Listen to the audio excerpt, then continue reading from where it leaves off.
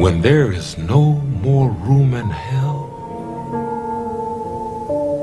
the dead will walk the earth. Hi everybody, so today is currently the 16th of November 2023, but by the time you guys are seeing this it'll be Christmas time. I'm filming this in advance, primarily because it's actually a Christmas gift for somebody. A client of mine has asked me to paint this for their partner. She obviously wants it to be a surprise for him, so I can't actually put this out until after Christmas, until he's seen it. Anyway, if anybody's wondering exactly what this strange looking creature is with a really big long tongue, it is called, oddly enough, a licker. So it's from the Resident Evil series of games. I think first appeared circa 1997 or 1998 in Resident Evil 2. If you've ever played it, you'll probably remember walking into the police office in Raccoon City and this thing dropping down through the ceiling and scaring 7 bells out of you. It certainly did with me, that's for sure. I always remember at the time thinking, what a absolutely cracking design for a character or for a creature. Interesting, very interesting aesthetic, with a huge bulging brain, no eyes. Really gives you a sense of this kind of feral, primeval almost monster. But hey, listen, done the job. Frightened the pants off me, and I'm sure countless others. So this particular miniature is from the, well, not this particular miniature, but this is a miniature for the Resident Evil tabletop game. This isn't one that comes in the box, however. This is a kind of an aftermarket sculpt, if you like. 3D printed in resin. I have to say, whoever sculpted this done an absolutely cracking job. Really nice definition in a lot of the sort of the muscle groups and stuff. Given its size and scale, I mean, for scale, there's a pen. There's a pen for scale. So you can see it's pretty small. Kind of average size, is it? 35mm, no, 28mm, sorry, 28mm it is for Warhammer. So it's that sort of scale, I believe. So this is, as I say, this is an an aftermarket sculpt, and I believe Future Forge Online are the people responsible for this one. Really nice model, well printed out. No clean-up really required on this, if I'm entirely honest with you. I don't know, maybe if they've cleaned it up prior to dispatching it, or if this is just the way it's rocked right off the print bed. Nice quality model. No weak parts in it that I can see. I mean, obviously the tongue's always got the potential to be a weak part given it's quite thin. But generally speaking, there's nothing that really gives me any great concern for painting. The only thing is he didn't come with a base, so I've provided a, set him to the side just now, 40mm base, and this is just one of your Games Workshop standard Games Workshop base. What I have done, however, I don't know how well we can see that, is I've rubbed it down a wee bit with some wet and dry paper just to get us a nice smooth finish on there, because I was very sneaky and I'm sure Stevie at some point will probably watch this and go, ah, you fly bugger. So I was very sneaky, and I was having a chat with Stevie one day at work. He'd already spoke to me about potentially painting a few of his Resident Evil models, and I says, of course, absolutely happy to do that for you, pal. And I was asking him about basing ideas. And I always think, should I say, I like to pay attention to the bases as well as the models, because I always think that, you know, whatever a model's sitting on, as part of the model itself. So if you want the model to look good, the base should always look good as well. Now whether that's a kind of display base for sort of ships or planes or tanks or whatever, that's maybe get that sort of museum look to it, where it's just a pretty standard block of maybe acrylic or wood or whatever, or you're going for the sort of tabletop bases, you know, where you've got you know, it's maybe like almost like a miniature diorama really. It's got, you know, a bit of texture to it, whether that's grass or dirt, rock, you know, industrial environment, whatever it is. I think it's really important for the base to be part of the model. Right, so I've laid down the primer. No issues there. It's went down nicely. Still curing, so I'm not going to put any acrylic on it tonight. What else was I going to say there? Oh yeah, so the other thing I've done off camera there was I drilled up into the forearm from the hand, from the creature's left hand. You'll see that's obviously what's propping it up on the wee clamp there. The reason I've done that is, or two reasons I've done that. One, it's going to be a painting handle. It'll allow me to hold the model, you know, without actually physically touching it, and paint it, because I'm not sticking it to the base until the base is completed, because the base is going to be painted separate with its own sort of pattern or colour scheme, if you like. The other reason I have attached that is, again, because I'm painting the base, it's not actually getting glued plastic to plastic. It'll end up being glued onto a painted surface. I'm always a bit wary of that, because the glue, you know, if it's nice, well, it'll be super glue in this case because it's a 3D printed resin model. Styrene glues don't work with UV resin, although the base is a styrene material. The model isn't, so it needs to be super glue. And just for a wee bit more strength and a wee bit more durability on the base, because effectively you're gluing the model onto the top layer of the paint, and you're really relying on the adhesion of the paint on the plastic to hold the model in place. So just to make sure that it's nice and secure, I decided to put a wee brass rod into it, or copper, I think it's a piece of copper wire, and that holds it in place, and it means I can then secure that on the underside of the, drill into the actual base, put the rod down into it, snip it off, bit of super glue around about it, and it'll hold the model nice and firm on the base. Right, so that's him all painted up. Well, I say all painted up, the base coat done and the wash layer done. Now the base coat, as I said to you before, the old 1975 boxcar red from Archive X, tapping back into good old faithful Citadel colour. So this is Berserker Bloodshade.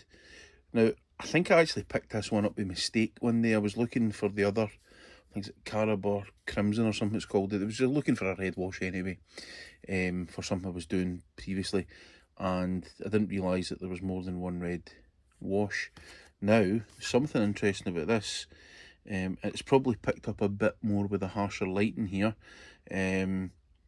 but you'll see there's a bit of a sheen off this model, which actually lends, it's, looking at it in reality, is a bit more satiny rather than gloss, but it looks very glossy here, which actually works out quite good because it lends a sort of slightly slick, slimy looking texture to the overall model. But the big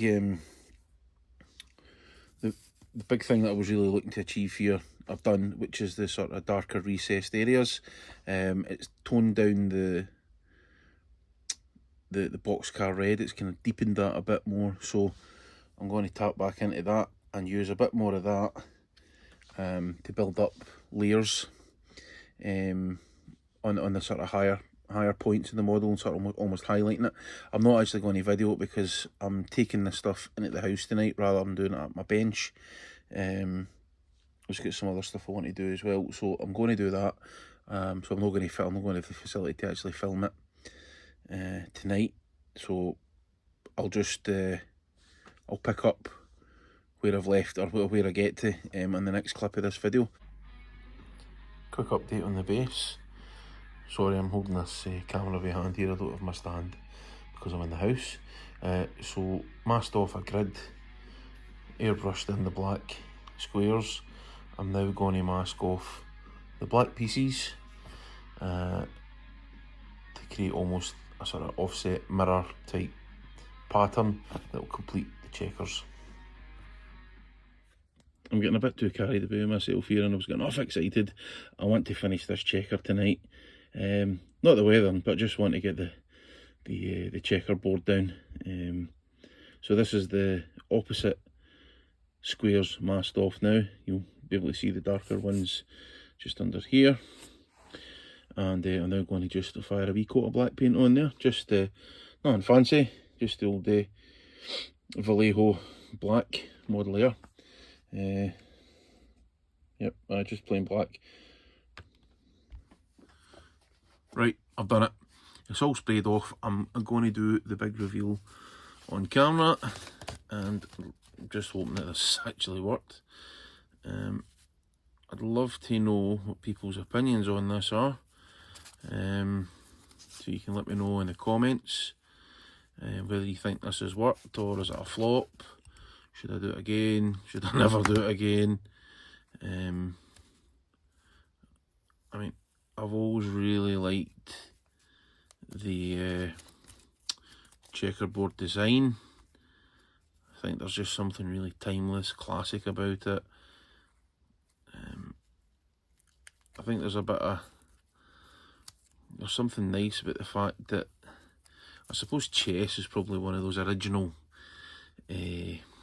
sort of tabletop games, isn't it, really, when you think of a war game? If you think about it, you know, tactics and two opponents fighting it out on the board. So maybe a wee homage to the origins of gaming, maybe, I don't know. Maybe I'm just talking rubbish again.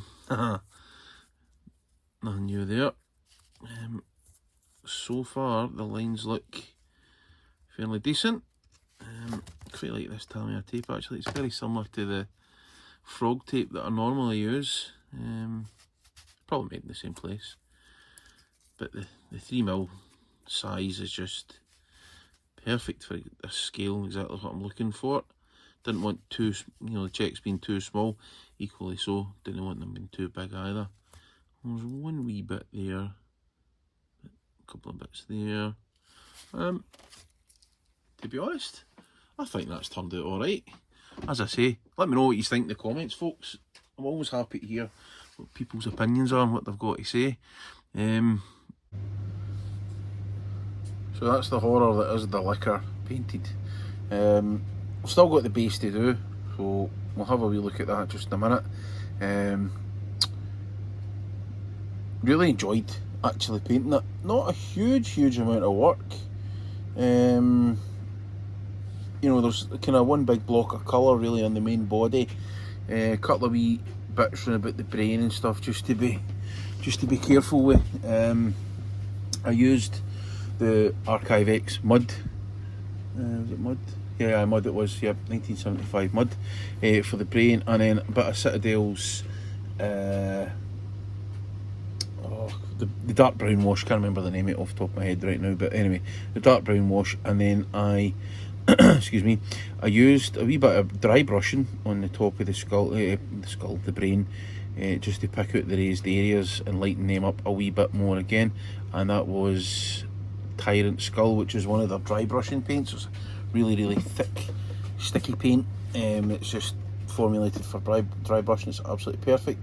Run the dry brush over a couple of wee areas, just round about the clavicle or the collarbone, should I say, getting a bit technical there, and some of the sort of raised areas round about the jawline and the teeth, and just at the top lip between the bottom of the brain and the top of the mouth.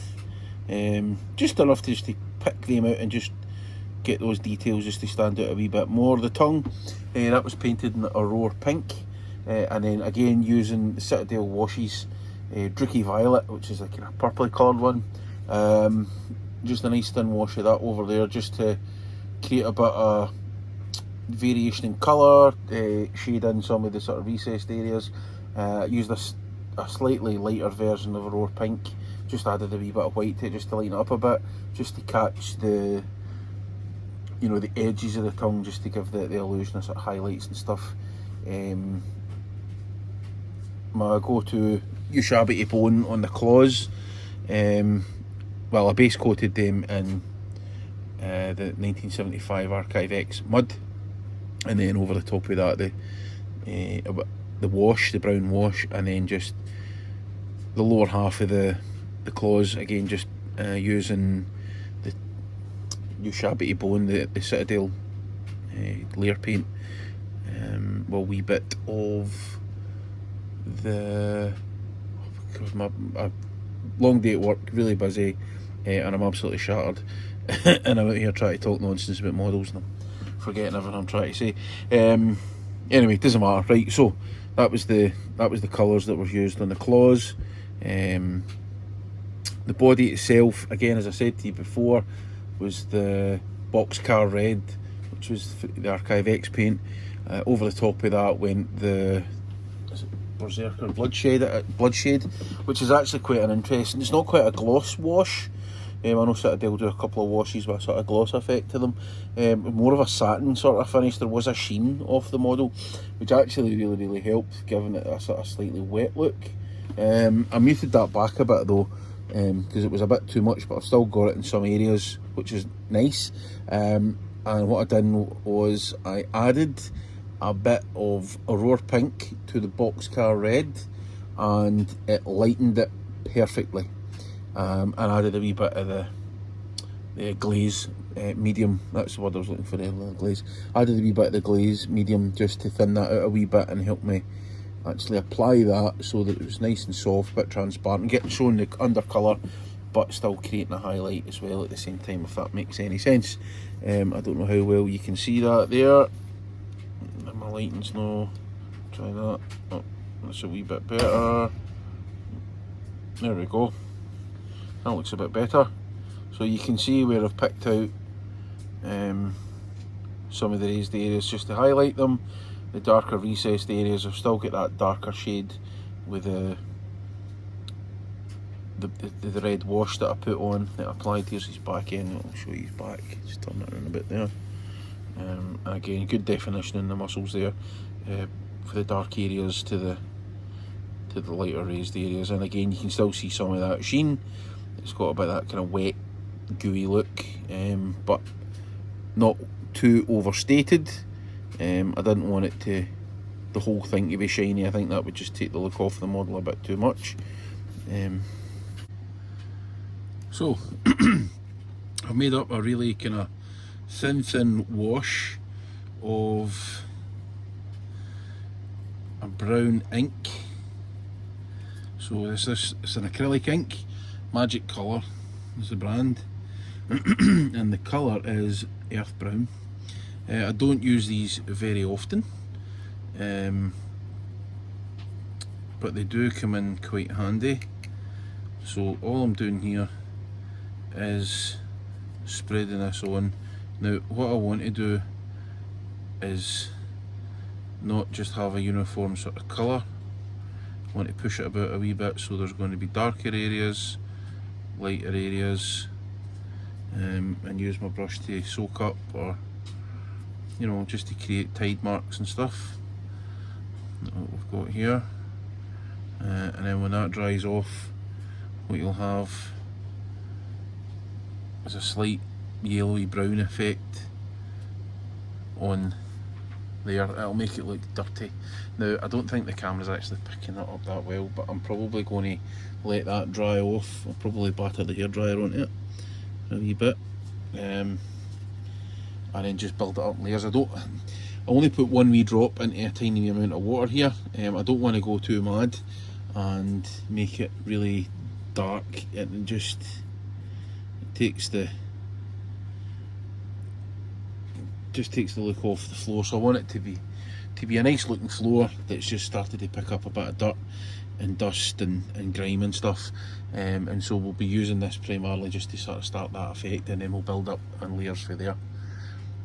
So keep watching and we'll see how this turns out.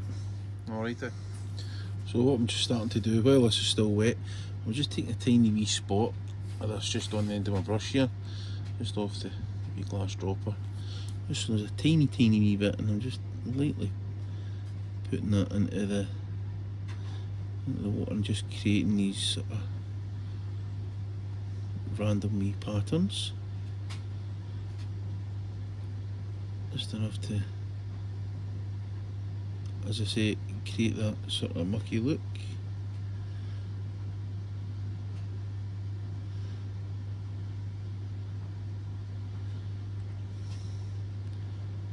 Who's ever seen a clean floor in a zombie flick?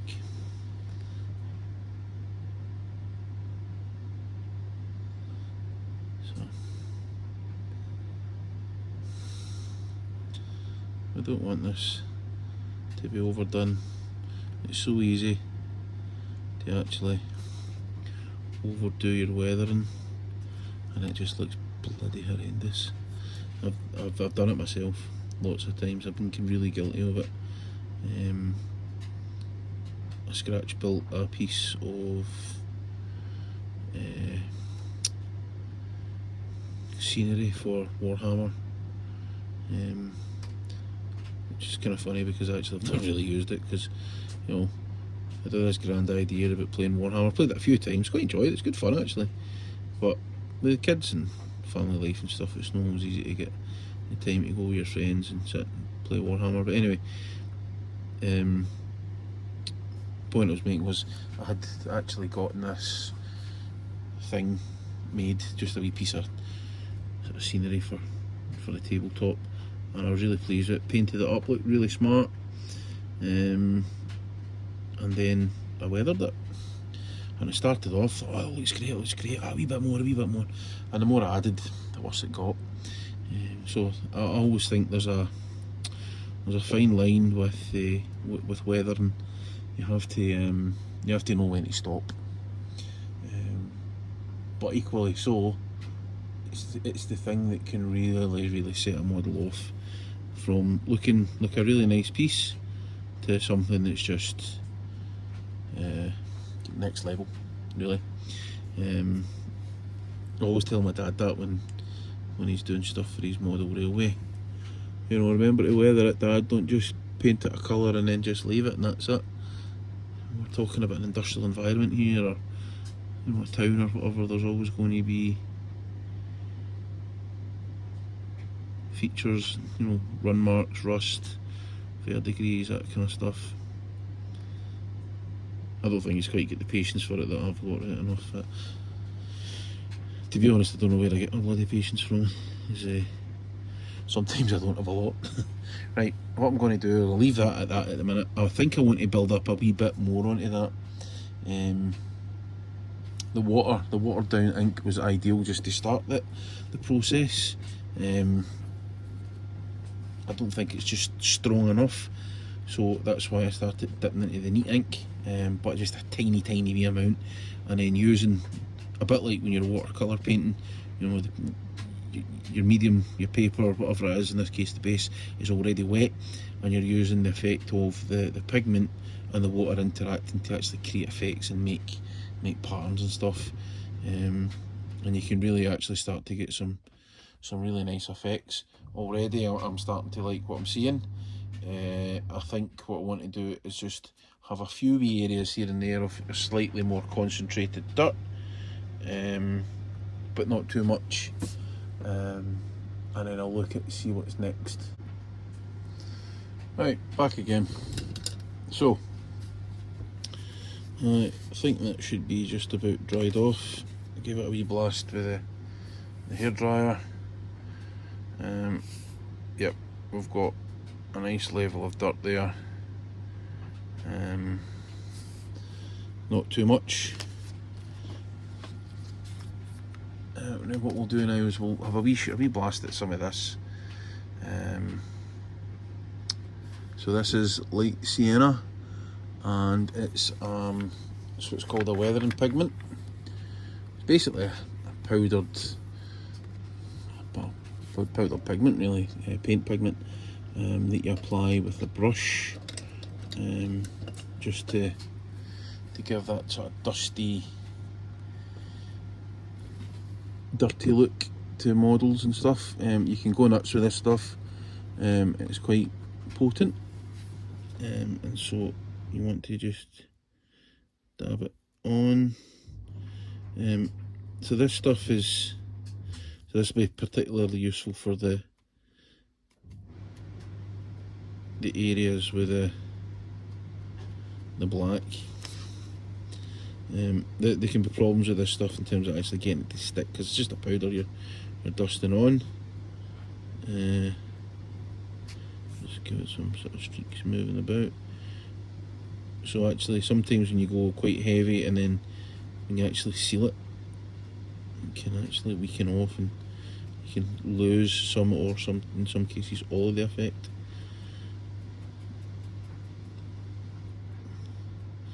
So again, this is just one of those things that you maybe want to build up in layers. It's plenty. So I think what we'll do here is, these are really good for sort of tanks and aircraft and stuff, because you can really create dirty dust effects, train weathering as well for model railways and stuff. Really works out nice. So I think what I'm going to do is I'm going to try and seal this with a wee bit of, what the hell is it, varnish, and you'll actually be able to see, we should be able to see how much more we need to add to build that up. So we'll come back in a wee second. We'll just spray this and then we'll come back. Right, so I wasn't quite getting the effect I was after.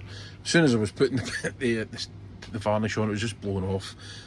So what I done was I mixed it with a wee bit of the water that was in there, and just dabbed it on and then wiped it off again with a tissue. It's left some really heavy smears and some mud, and I'm actually I know it's a wee bit heavier than what I was hoping to go for, but actually, do you know what, I'm really happy with that, and I'm not going to go any more on it. Let me see a second, just seal that off. The varnish on there just lightened it slightly, and it's just enough for a second. Just give it a wee dry off with the hairdryer, just to seal up that varnish. Seal that slightly. Right, there we go. So, yeah, that's absolutely dandy. I'm not doing anything else to that. I was going to give it a misting with some dark grime like I would do on some of the Warhammer models, but you know what? I am leaving that well alone. As I said to you a wee while ago, I've got previous for going over the top with the weathering, so I'm going to call that base good. There is one other effect that I want to apply to it, and that's the blood for the blood god. Wait a second, where is it? Let's heat that from it.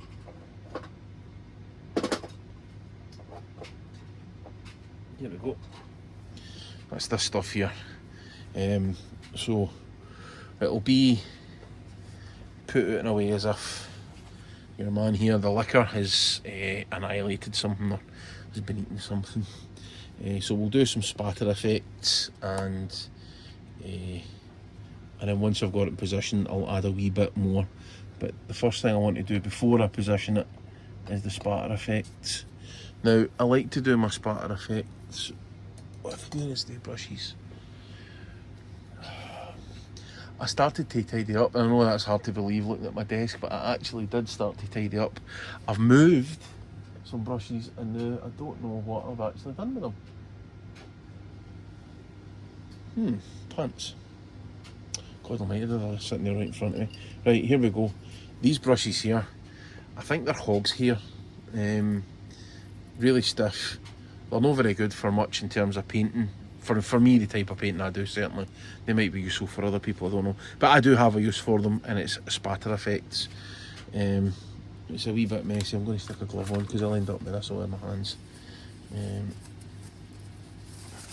So what we tend to do for the spatter effect is, I'll just lie that in the deck actually, is we get some of the paint onto our bristles, and then we just literally flick the bristles, or the bristles should I say, So we've got some blood splat there already. Let's get a wee bit more in there actually. And another wee. There we go. Oh, perfect. There we go. That looks as though this liquor has just chewed somebody's face off. Now, I don't know how you can see that there. So we've now got spots of blood. Now when that stuff dries, it dries with a gloss finish. So I've applied my matte sort of protective coat on that anyway, so that's fine. And that just dries off with a nice gloss finish. Yeah, that's better. Right, so I'm going to call him done. I'm not going to go and ruin him by putting even more stuff on there. So what we've got the blood on the face, on the tongue, on the claws and stuff. I added a wee bit extra there, as if he's just like ripped something apart. We've got the blood that's been dripping off. We've got spatters everywhere. So this isn't necessarily where he made his kill, but you can see he's left plenty of forensic evidence. It's just actually quite a nice light in there, nice angle just to catch all the sort of sinews and stuff, all the grime and dirt on the floor. You'll notice I've also done round the rim. In fact, I'll need to redo round the rim because I just got some bloody blood splatter on there. So, such is life. That's easier sorted. So the colour I use for that is this 1975 concrete. It's probably quite hard to see in that harsh light actually, but it's a very warm looking. If that maybe helps in it. It's a very warm looking grey colour, and it just seemed appropriate for the base. Yeah, I'm very happy with that. I just hope Stevie will be as well. I'm sure he will. So all in all, great model to paint, really enjoyable. It was good to actually get my teeth into a wee bit of gore and stuff. We just applied a bit of super glue to the base, and obviously he's got his wee wire there, so I just trimmed that off, bent it round a wee bit, secured it with a wee bit extra super glue. So there's super glue on the underside of his hand, his 2 feet, and then the wire's obviously holding that in place as well, so he should be nice and secure on his base. There is obviously a few layers of paint there, so he's actually glued onto the paint rather than the actual plastic of the base, which, as I said in the start of the video, why I wanted to add the little wire rod. So yeah, perfect. Hope you guys enjoyed this video. If you did, please fire a like or a subscribe or whatever to the channel. Any comments you want to make on the model, stick them below. I'll try and get back to you. Thanks very much for watching. I hope it was of use to some of you out there, or maybe give you some inspiration for something different to paint. Like I said before, I've cut my teeth for a long time on painting 28mm scale war game models, your Warhammer stuff, etc. Done a fair bit of that over the years, and I've learned a lot about miniature painting from my time painting those kinds of models. Great fun to do, good way to, chill out, off gas for work, etc. Aye, happy with that. Anyway, take care folks. Hope you've all had a nice Christmas, or having a nice Christmas, because this is going out right in the festive period. Although, as I said to you at the start as well, this is early November when I'm filming this. It's only not getting put out just now because it's a Christmas present for a client, and I don't want to obviously ruin the surprise. It would seem a bit of a shame. So take care people, see you in a bit.